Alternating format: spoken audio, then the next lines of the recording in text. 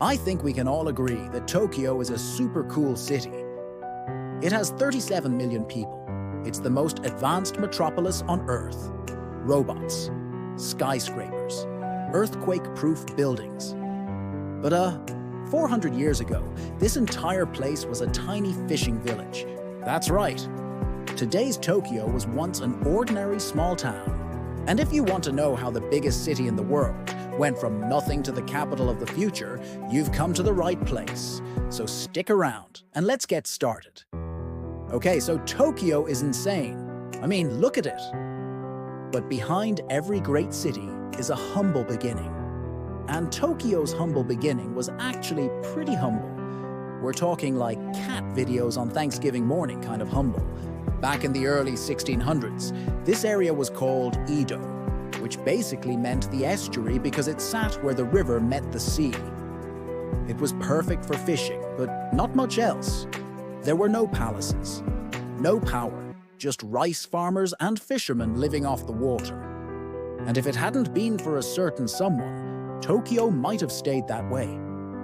You see, back then, Japan looked like this. It was split into three: the emperor in Kyoto, the real power in the north, and a bunch of local warlords everywhere else. And Tokugawa Ieyasu was a small-time warlord trying to make a big splash. He united most of Japan in a deadly civil war lasting nearly 2 decades. When peace finally came, he was named shogun, kind of like a prime minister, but really, he was the true ruler of Japan. Now, according to custom, the shogun was supposed to rule from Kyoto, but Tokugawa had other plans. He didn't want to be tied down by tradition, or Kyoto's bustling court. He wanted someplace far away, somewhere he could rule freely and safely, someplace like Edo.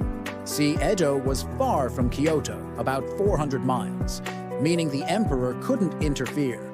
It was surrounded by water, making it easy to defend. And it had plenty of room to grow. So Tokugawa Ieyasu moved in and built himself a home. Now, to be clear, this was no modest abode.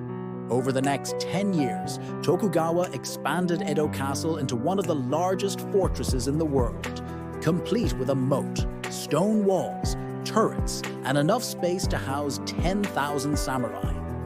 But a castle is nothing without a court.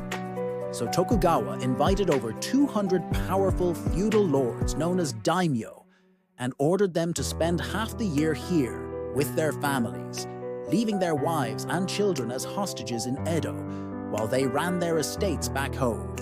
Brilliant. I mean, it was basically a permanent sleepover, but also the best hostage system ever. But Tokugawa knew that to keep everyone happy, Edo needed more than just a castle. It needed to be a city. So he invited merchants and builders, scholars and entertainers. And over the next century, Tokyo became the largest city in the world, eventually topping 1 million people. It had theaters and restaurants and fashion and even early newspapers. But Tokyo wasn't easy. Like, just check out these crazy narrow streets. Can you imagine getting a pizza delivery there? I can't. For centuries, Tokyo was a city stuck in the Middle Ages, with no cars, no electricity, just canals, wooden houses, and very strict rules. If you were a samurai, you got to wear 2 swords everywhere, even in public bathrooms. You also couldn't eat with commoners, but you could hang out at one of many public bathhouses, drink some sake, and maybe learn a thing or two about Japanese art. Or you could do what most people did, work. Most people in Tokyo worked in fishing or crafts, making tools, weapons, textiles, and later, electronics. But as Japan began to modernize, Tokyo turned into a factory floor. It became the production center for everything from steel to automobiles. But progress wasn't always smooth. In 1923, an earthquake leveled the city, killing over 100,000 people. But instead of rebuilding the same way, Tokyo rebuilt better, wider, stronger. Then World War II hit, and Tokyo was bombed relentlessly. Entire neighborhoods vanished overnight. 100,000 people died. But again, Tokyo rebuilt. It rebuilt high, with apartment complexes and skyscrapers and subways. By the 1960s, it was unrecognizable. Today, Tokyo is a neon jungle. It's home to the world's busiest airport and most advanced train system. It's home to some of the world's most famous brands and most innovative companies. More than 37 million people call it home. And when people think of Japan, they think of Tokyo. It's the face of the country, the capital of the future, and it all happened in the last 400 years. That's right. Tokyo was built in less time than it took Rome to fall. So the moral of the story is this: even the greatest cities start out small, and Tokyo is the perfect example. I mean, go back long enough and you'll find just a few fishermen, a quiet village, and nothing else.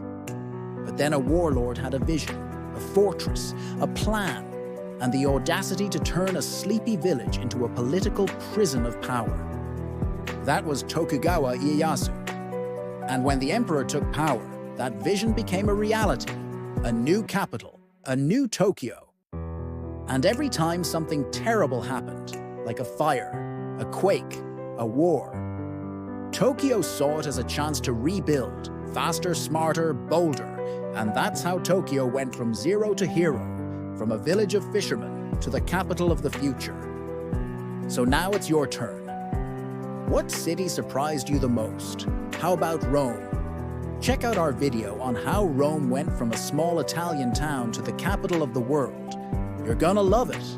And if you haven't already, subscribe, because I promise we're just getting started. Until next time, see you.